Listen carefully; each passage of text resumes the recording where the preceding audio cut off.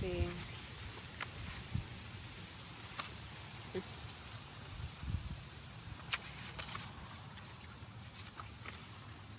This is the story Adventure from Winesburg, Ohio. It's a good one. Adventure. Alice Hindman, a woman of 27 when George Willard was a mere boy, had lived in Winesburg all her life. She clerked in Winnie's dry goods store and lived with her mother, who had married a second husband. Alice's stepfather was a carriage painter and given to drink. His story is an odd one, but worth telling someday. At 27, Alice was tall and somewhat slight. Her head was large and overshadowed her body. Her shoulders were a little stooped, and her hair and eyes brown. She was very quiet, but beneath a placid exterior, a continual ferment went on. When she was a girl of 16, and before she began to work in the store, Alice had an affair with a young man. The young man, named Ned Curry, was older than Alice. He, like George Willard, was employed on the Winesburg Eagle, and for a long time he went to see Alice almost every evening. Together the two walked under the trees through the streets of the town and talked of what they would do with their lives. Alice was then a very pretty girl, and Ned Curry took her into his arms and kissed her. He would become excited and say things he did not intend to say, and Alice, betrayed by her desire to have something beautiful come into her rather narrow life, also grew excited. She also talked. The outer crust of her life, all of her natural diffidence and reserve, was torn away, and she gave herself over to the emotions of love. When, late in the fall of her 16th year, Ned Curry went away to Cleveland, where he hoped to get a place on a city newspaper and rise up in the world, she wanted to go with him. With a trembling voice, she told him what was in her mind. "I will work, and you can work," she said. "I do not want to harness you to a needless expense that will prevent your making progress. Don't marry me now. We'll get along without that, and we can be together. Even though we live in the same house, no one will say anything. In the city, we will be unknown. People will pay no attention to us." Ned Curry was puzzled by the determination and abandon of his sweetheart, and was also very touched. He had wanted the girl to become his mistress, but changed his mind. He wanted to protect and care for her. "You don't know what you're talking about," he said sharply. "You may be sure I'll let you do no such thing. As soon as I get a good job, I'll come back. For the present, you'll have to stay here. It's the only thing we can do." On the evening before he left Winesburg to take up his new life, Ned Curry went to call on Alice. They walked about through the streets for an hour, and then got a rig from Wesley Moyer's livery, and went for a drive in the country. The moon came up, and they found themselves unable to speak. In his sadness, the young man forgot the resolutions he had made regarding his conduct with the girl. They got out of the buggy at a place where a long meadow ran down the bank of Blind Creek, and there in the dim light became lovers. When at midnight they returned to town, they were both glad. It did not seem to them that anything that could happen in the future could blot out the wonder and beauty of the thing that had happened. "Now we will have to stick to each other. Whatever happens, we will have to do that," Ned Curry said as he left her at her father's door. The young newspaper man did not succeed in getting a place on a Cleveland paper, and went west to Chicago. For a time he was lonely and wrote to Alice almost every day. Then he was caught up by the life of the city. He began to make friends and found new interests in life. In Chicago, he boarded at a house where there were several women. One of them attracted his attention, and he forgot about Alice in Winesburg. At the end of a year, he had stopped writing letters, and only once in a long time, when he was lonely or when he went into one of the city parks and saw the moon shining on the grass as it had shone that night on the meadow by Wine Creek, did he think of her at all.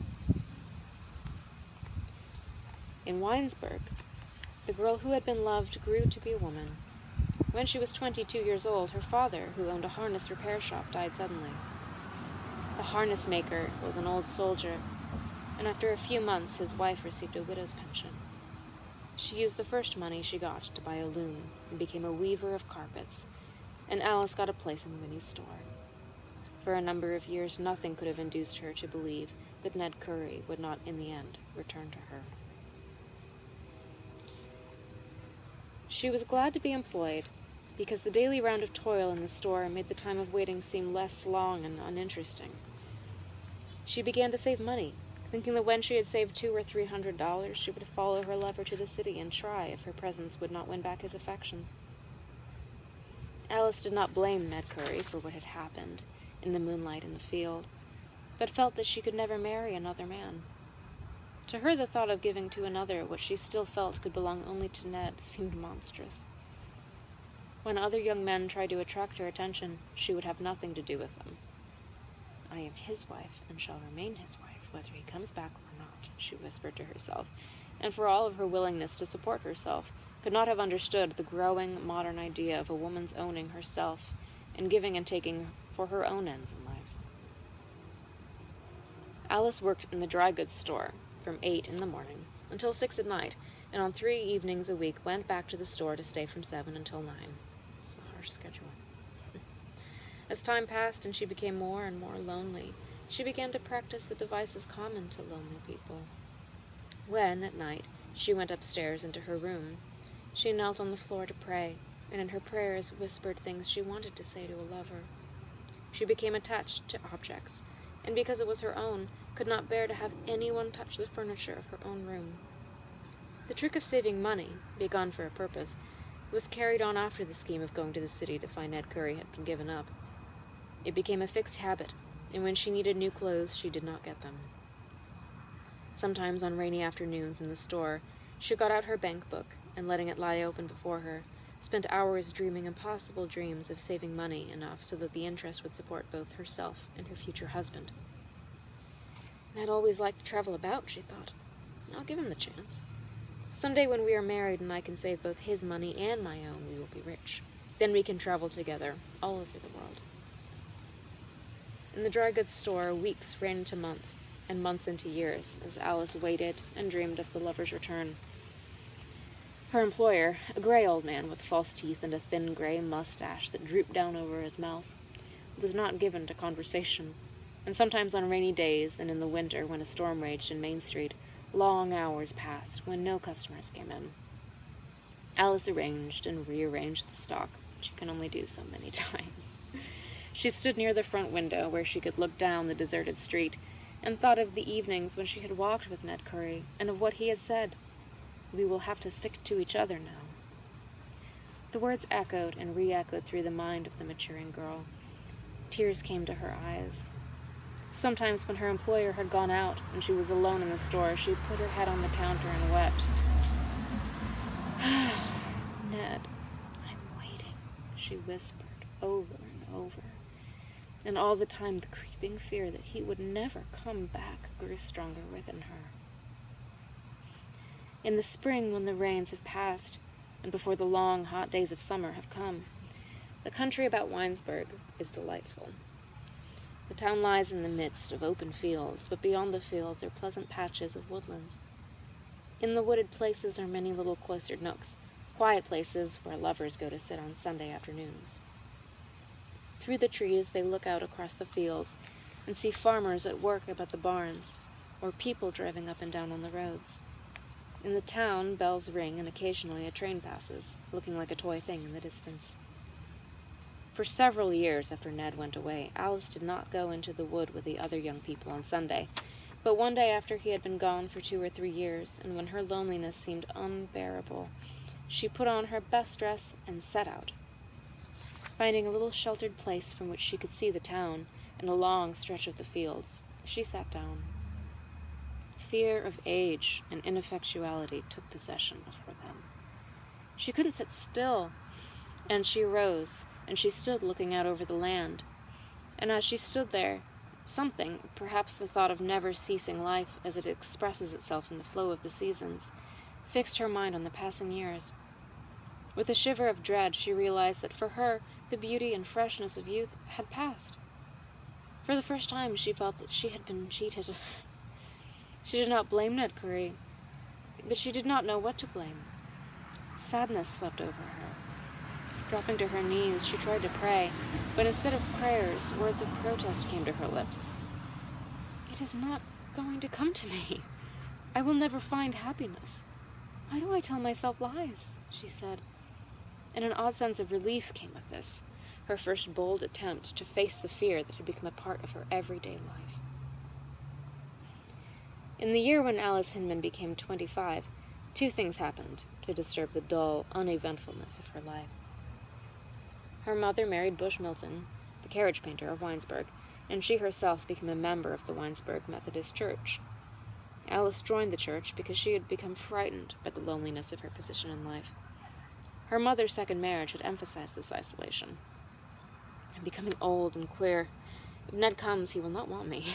In the city where he is living, men are perpetually young. There is so much going on that they do not have time to grow old," she told herself with a grim little smile, and went resolutely about the business of becoming acquainted with people.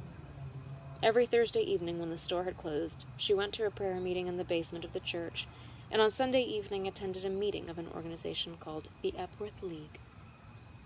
When Will Hurley, a middle-aged man who clerked in a drugstore and who also belonged to the church, offered to walk home with her, she did not protest. "Of course I will not let him make a practice of being with me, but if he comes to see me once in a long time, there can be no harm in that," she told herself, still determined in her loyalty to Ned Curry. Without realizing what was happening, Alice was trying feebly at first, but with growing determination, to get a new hold upon her life. Beside the drug clerk she walked in silence, but sometimes in the darkness as they went stolidly along she put out her hand and touched softly the folds of his coat. When he left her at the gate before her mother's house, she did not go indoors, but stood for a moment by the door. She wanted to call to the drug clerk, to ask him to sit with her in the darkness on the porch, but was afraid he would not understand. "It's not him that I want," she told herself. "I want to avoid being so much alone. If I am not careful, I will grow unaccustomed to being with people." During the early fall of her 27th year, a passionate restlessness took possession of Alice. She could not bear to be in the company of the drug clerk, and when in the evening he came to walk with her, she sent him away. Her mind became intensely active, and when weary from the long hours of standing behind the counter in the store, she went home and crawled into bed. She could not sleep. With staring eyes she looked into the darkness. Her imagination, like a child awakened from long sleep, played about the room.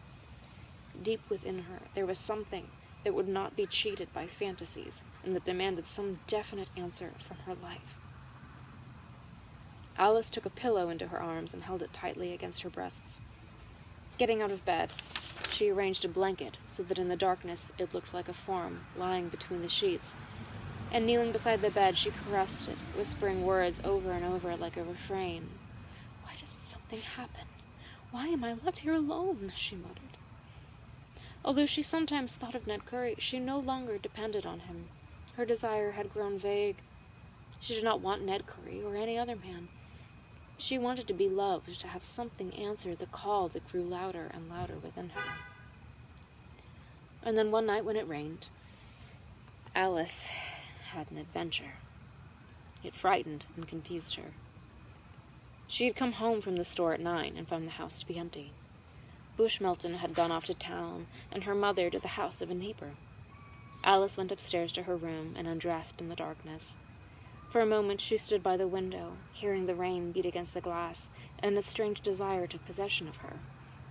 Without stopping to think of what she intended to do, she ran downstairs through the dark house and out into the rain.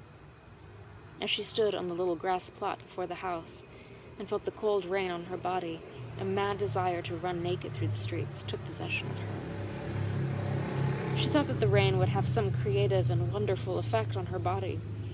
Not for years had she felt so full of youth and courage. She wanted to leap and run, to cry out, to find some other lonely human and embrace him. On the brick sidewalk before the house, a man stumbled homeward.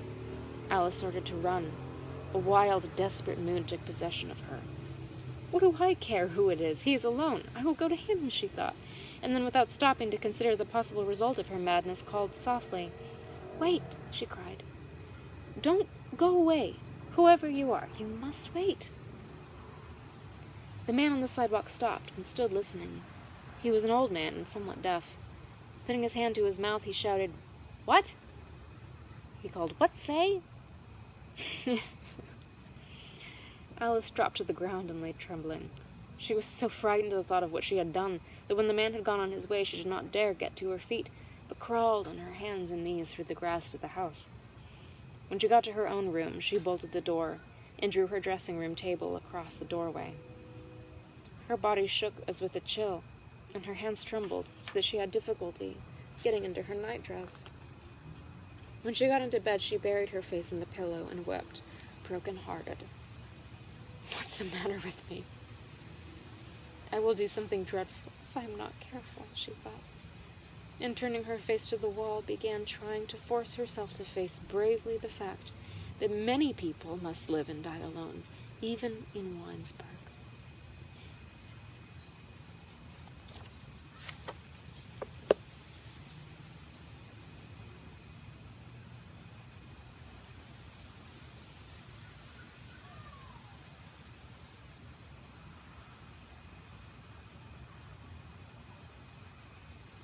When I had an adventure like that, nothing happened, really. It's noteworthy within your own life, but it doesn't change anything. Things go on the way that they were.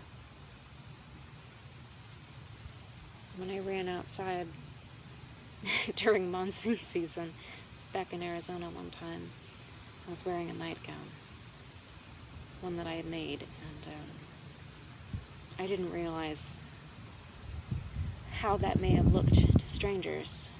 It felt like there were no people in my life, so when I ran out that day with that first cool rain of the summer, I ran, and someone, an old lady in her car, pulled over and said, "Do you need help?" Because I looked like I was in some trouble. I think Alice Hinman may have appreciated that attention, even if she was mortified by it. I was mortified by it, but at least I could laugh.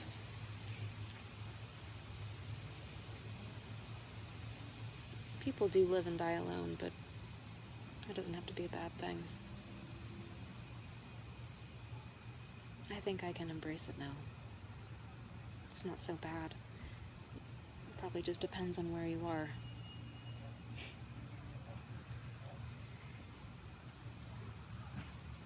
My cat's waiting for me to come back inside, so cheers to my bad haircut and a bad camera angle and a good story.